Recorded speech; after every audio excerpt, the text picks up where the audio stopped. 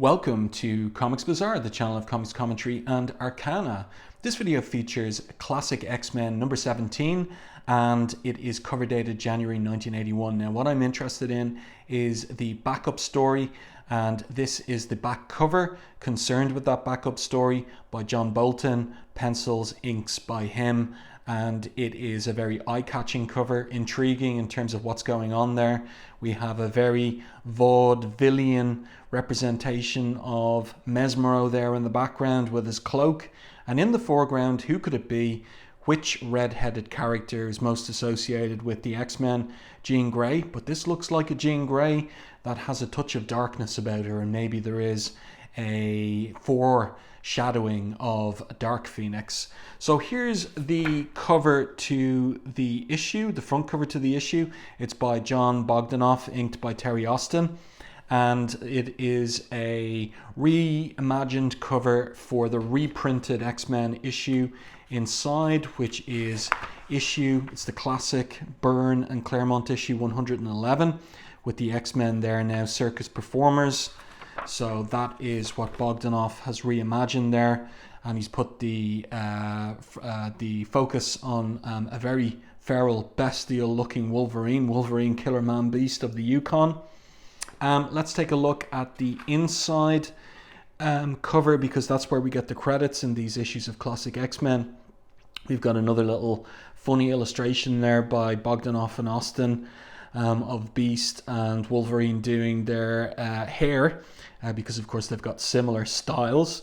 And the creator credits are down here. Chris Claremont, writer, and John Bolton, artist, on pencils and inks for the backup story, which is 13 pages long. The letterer for the backup story is Tom Orzechowski, and the colorist is Petra Scotese. So in this issue, it began in medias res with the X-Men mysteriously become circus performers, as you can see here in the double page spread by John Byrne and Terry Austin. And the Beast was investigating and found it all a shocking turn of events. So we never got an explanation particularly for what happened beforehand, and in the backup story we get to see how it was the X-Men ended up in that particular situation. So you can see there the title of the backup story, 13 pages of story and art, A Taste for Vengeance, but this is how it begins. I think this would have been better on a page turn. Never mind. So the story opens with a third person narration. Summer in the city, heat without, within, baking brain, slicking skin with sweat, making clothes a hated encumbrance, no breeze, less shade, no mercy. Street fair, 1 million people a mile, crammed onto Fifth Avenue, so many. Thoughts, dreams, hopes, fears, loves, lusts, desires, sublime, ridiculous, sacred, profane, transcendent, silly. Too many. All about her. Hungry knives in her skull. She thought today would be a treat. Figured she could handle the psychic pressure of the crowd. Should have known better. There's no comparison between her power as Marvel Girl and what she now wields as Phoenix. She possesses strength beyond comprehension, but sensitivity to match. For protection, her very salvation, she's no choice but to completely damp down her telepathic talent. Fatal mistake. What a great opening. Great prose by Claremont. Love his catalogues, such as here, thoughts, dreams, hopes, fears, loves. It's all very poetic, very well phrased, great diction. Love the tall vertical panels by Bolton as Jean Grey comes through the crowd, and she's damped down her telepathic talent, boosted by her bonding with the Phoenix Force. Fatal mistake, because who comes out of an alleyway except for Mesmero? And he declares, Jean Grey, your will is mine. And you can see that she's stopped mid-stride there with her Nike trainers. This is excellent. And just look at the kind of acting, the body language on Mesmero. It's like he's stepped out from either vaudeville or a Victorian stage. So hammy, and in terms of comics, Silver Agey does he look. But here he is in the middle of Manhattan, and bold as brass, stepping out of an alleyway and taking control, hypnotic control of Jean Grey. Great opening, I think. Again, would have been better on a page turn this, but never mind. And now, this is a great sequence too. Oblivion, formless null, as the universe might have been the moment before creation. Then there is light, and within the void form. And Mesmero says, you hear no voice but Mesmero's. That becomes substance. And he says, you obey none but him. The past no longer matters, only the present. So obviously Claremont alluding to the opening of the Bible and the implication, Genesis, and the implication that Mesmero now is Jean Grey's God. Only me, he says to her, shall we go, my sweet? And she takes his arm, anywhere with you. So she's under his control. And so, in the grandest suite of Manhattan's grandest hotel, what would that be, the Plaza maybe? Here he is enjoying himself with all these ladies in their underwear, in lingerie, pouring out champagne for him. This is the life, he says, as he gets a back massage. I mean, what's the point of having the power of ultra hypnosis if you don't use it to make people do whatever you want? And what I want is the best this world has to offer. Best clothes, best food, best homes, best company. And look at that lecherous smile on his face. And he says to Jean, you're pretty as a picture, Marvel girl, because he doesn't know anything about her Phoenix transformation. And he continues and says, just the way I always imagined. Do you love me, sweetums? He asks, and she replies, oh yes, Mesmero, with all my heart, forever and ever. And so we get this very interesting top-down angle, interesting body language that Bolton has given her, where she's holding her arm behind her back and she walks forward gingerly. Well then, beautiful, come here and prove it, he says. And she stops. Wait. Hesitation impossible? I thought I'd blocked away every memory of her old life, he thinks to himself, replaced her moral structure with my own. There's other bimbos, those other bimbos were putty in my hands. What makes her so different? So now he says aloud to her, hear no voice, girl, heed no command but mine. I am the Lord and Master. You exist solely to serve my will. Will this work? Turn the page. She's saying aloud, this is wrong. I should not be. And then we see the Phoenix force manifest as the firebird. It's getting worse, says Mesmero. She's resisting, or rather doesn't say, but says to himself, thinks, when did she get so strong? It's taking all my power to maintain control. What the heck? Some sort of bird image made all of fire shimmering around her. And then he collapses onto the floor. He's very melodramatic, but I think that the acting that Bolton does for the character is really well done. Like I said, he's like a hammy villain figure, and you can see that in his body language there. I really like this little detail of his putting his soles together as he's seated on the floor. I give up, he says. I can look, but as soon as I try to touch, the fireworks start. She'll only stay hypnotized if I leave her alone. So he's upset. Darn, he exclaims. Great lettering there by Orzechowski. Isn't fair, lousy X-Men. They always find a way to beat you. Even when they're helpless. Stinking heroes. Wish I could. Excuse me. Hey, why can't I? I can't touch my pretty new toy, but I sure can use her. So this is one of Claremont's leitmotif themes, that of taking possession of the mind, the body, the soul of a character, corrupting it, darkening it, and also, you know, even deeper than that, Claremont has played around with BDSM subtext, and of course, in that, what will we call it, cultural practice, everything's about consent. So, you know, like whatever you consent to is open season on all kinds of this and that, let's say. Let's put it that way. Not that I have any personal experience, but this is what I know. And, you know, with Mesmero, obviously he wants to control Jean, but she's got no say in it, except for this, that she's resisting, and the Phoenix force isn't having it. So if he can't use her in that way, he's going to use her in another way to entertain himself. And so the following morning, after Jean cheerfully tells Mesmero everything he asks. An hour's drive upstate, roughly 40 miles north of New York City, at Professor Xavier's School for Gifted Youngsters. And I really like this top-down angle on the back of the X-Mansion with the swimming pool out back. And here in the kitchen, we've got Nightcrawler. It's early in the morning. That's a great drawing of him yawning there. He's got his breakfast cereal, his milk, his bowl, his spoon, and he's taken by surprise, where he's caught immediately by Mesmero coming in the kitchen door. You can see the stairs there in the background. Jean in this bad girl skirt and jacket leaning up against the jamb of the door. Nightcrawler, exclaims Mesmero, gotcha, one down. And here comes Banshee. He's thinking about maybe what he'll do for the weekend. Maggie and the Fae are playing at the village gate. Wonder if I can get tickets. And he's caught. I'll give Will and Emma a ring, but he's caught by Mesmero. So Nightcrawler and Banshee are caught.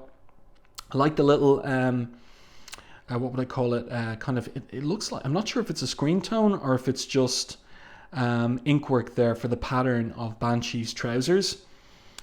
So Mesmero here says, Banshee makes 2. This is easier than expected, especially with your telepathy suites supercharged my hypnotic power. And so Jean is going along with it. My pleasure, Mesmero, honey.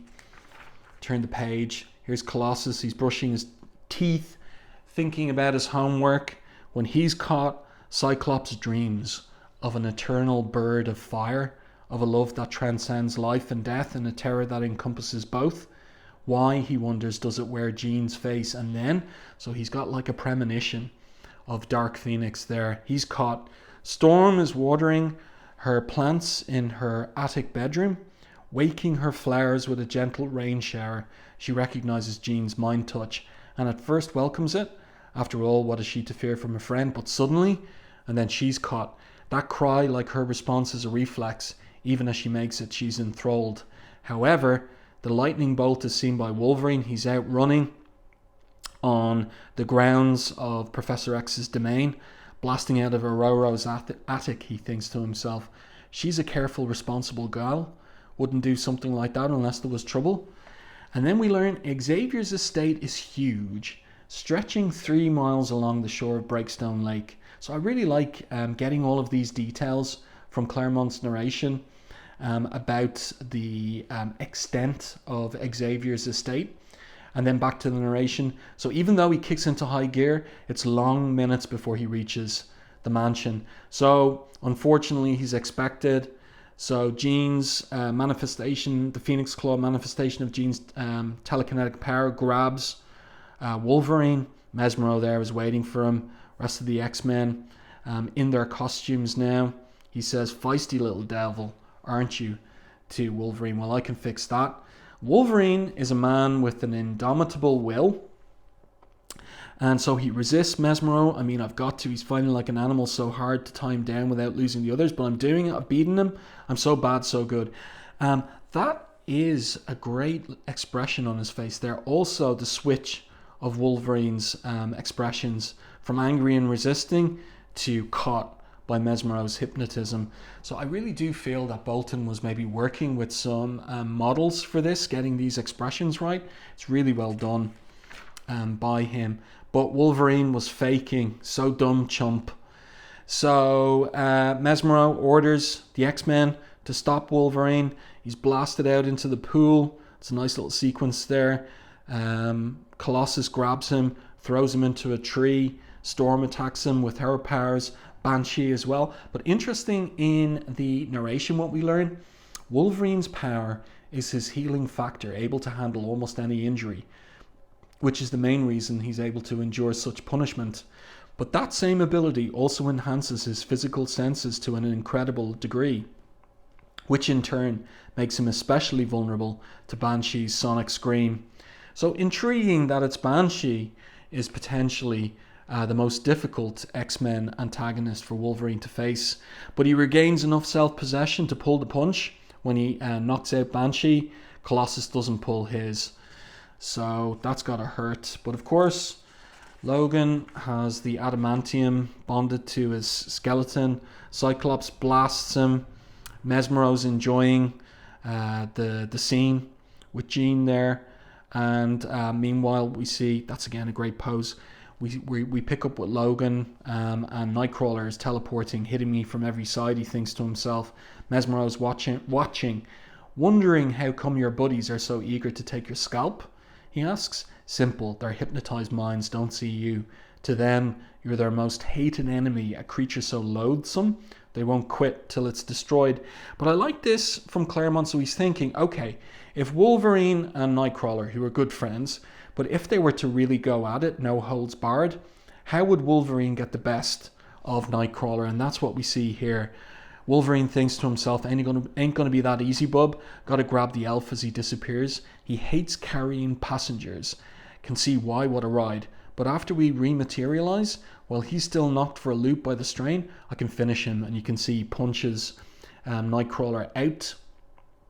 However, as the morning wears on, Mesmero starts to get bored. I mean, at the end they'll kill him, and then what? Enough already, he calls. So this is a great little drawing here of the team just pounding on Logan on the patio. And Mesmero's dropped his glass in annoyance on the patio. So you can see the broken glass there. Great details.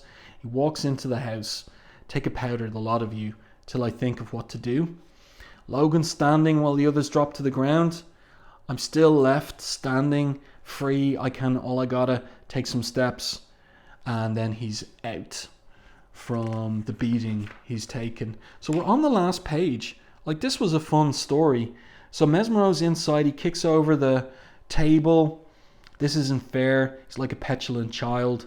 I've done what no one else ever has. I've beaten the X-Men. I have them completely in my power, at my mercy, my slightest whim, their eager command, and I haven't a clue what to do next. He's got no imagination. And then he says, Magneto, he'd know, curse him. Probably has a billion revenge scenarios, each more delightfully cruel than the last. But he never won. I have, and I'm stuck. And then he sees this picture, this photograph of Nightcrawler.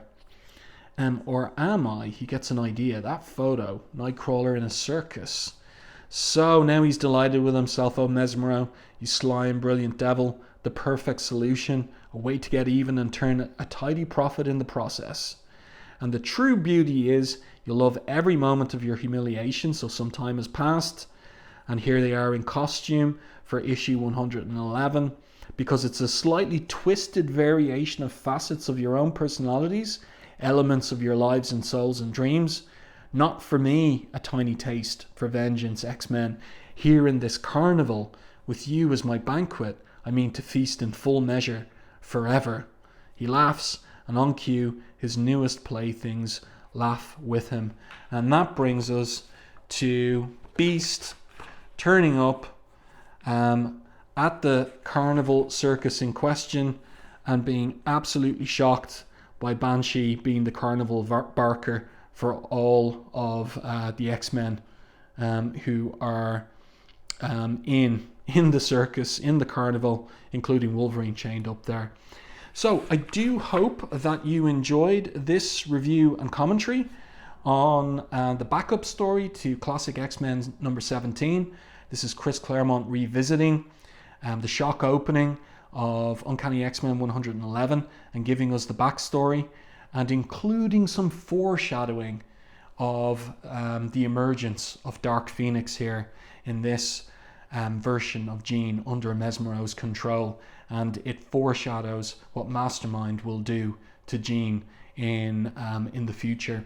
So let me know your thoughts on this one in the comments section. I do hope you enjoyed my review and commentary. If you did, please like and share the video. Really does help the channel. And if you haven't done so already, subscribe to the channel and stay tuned for more content like this.